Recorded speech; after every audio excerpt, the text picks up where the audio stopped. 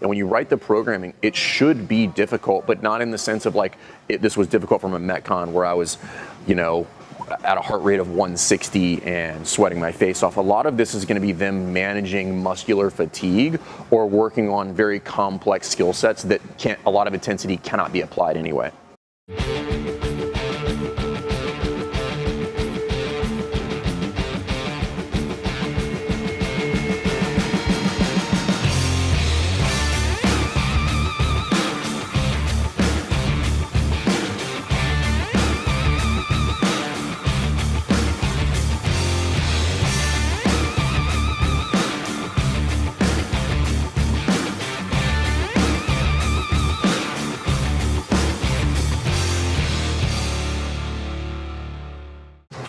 All right, guys, welcome back to Jerk Block Talk. I'm Jace Fernandez here at CrossFit Rife, and today I just want to give you guys some insight on something that we've been kind of toying around with and we've had a lot of success with.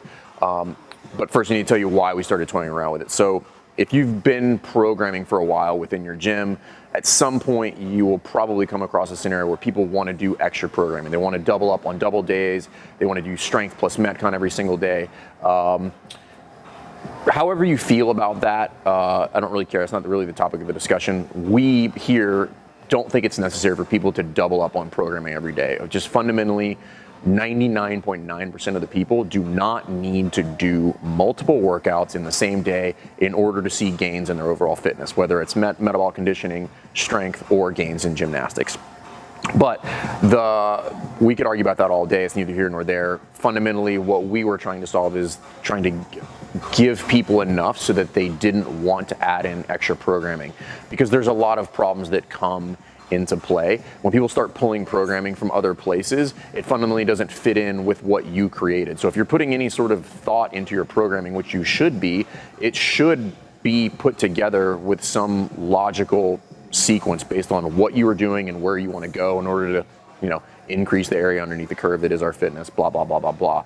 But how do we give people enough and then so that they don't want to do that? So what we've started doing and playing around with is actually giving them accessory work, and that is almost completely eliminated the desire for people to do extra work. Now, the biggest thing there that we want to do is we want to give them programming that is not, I'll give you water in a minute, that is not another workout, right? It's accessory work. So I'm going to give you guys basically 5 examples, just 5 days of accessory work that we put in there.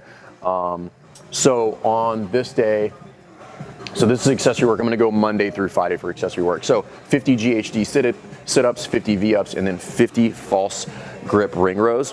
And again, the accessory work is almost never for time, meaning like it's not intended to be super high intensity, but you will see some stuff that we put in there that is to be done for a duration and then stop with rest in there.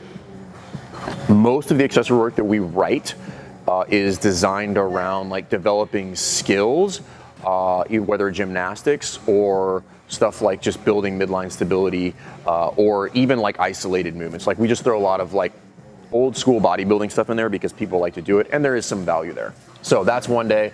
The next day we'll pull up here is Tuesday.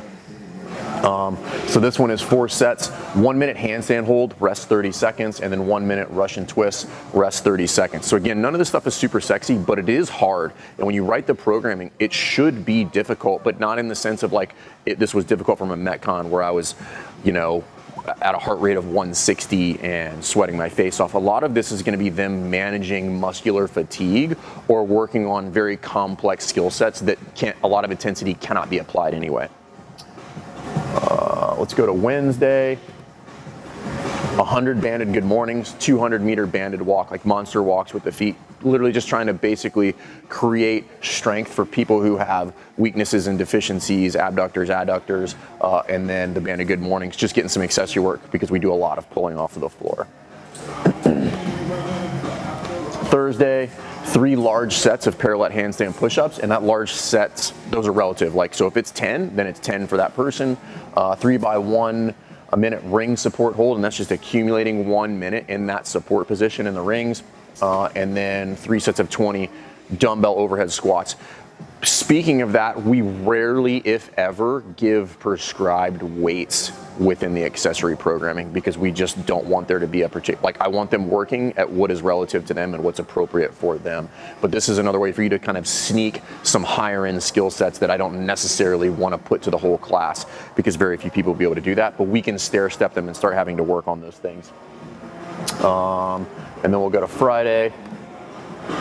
Tabata hollow rock. That would be a full Tabata interval of 4 minutes sit-ups during your rest.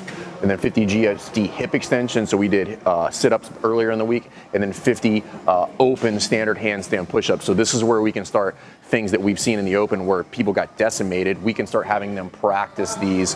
And then we give some guidelines there. This one says 3 sets of 3 or less only, meaning when we're doing the accessory work, the accessory work is intended to be practice, not training. So the difference is, we're talking about low intensity where we're doing very low volume and trying to get good movement rather than like trying to do it for time. So I wanted to give you guys some insight. We've had a great amount of success with this, and this fills that little extra that people want, and it gives them enough, and it also is very challenging for them at the same time. And what we've seen is also just help people become more proficient with their movement in general. So play around with it.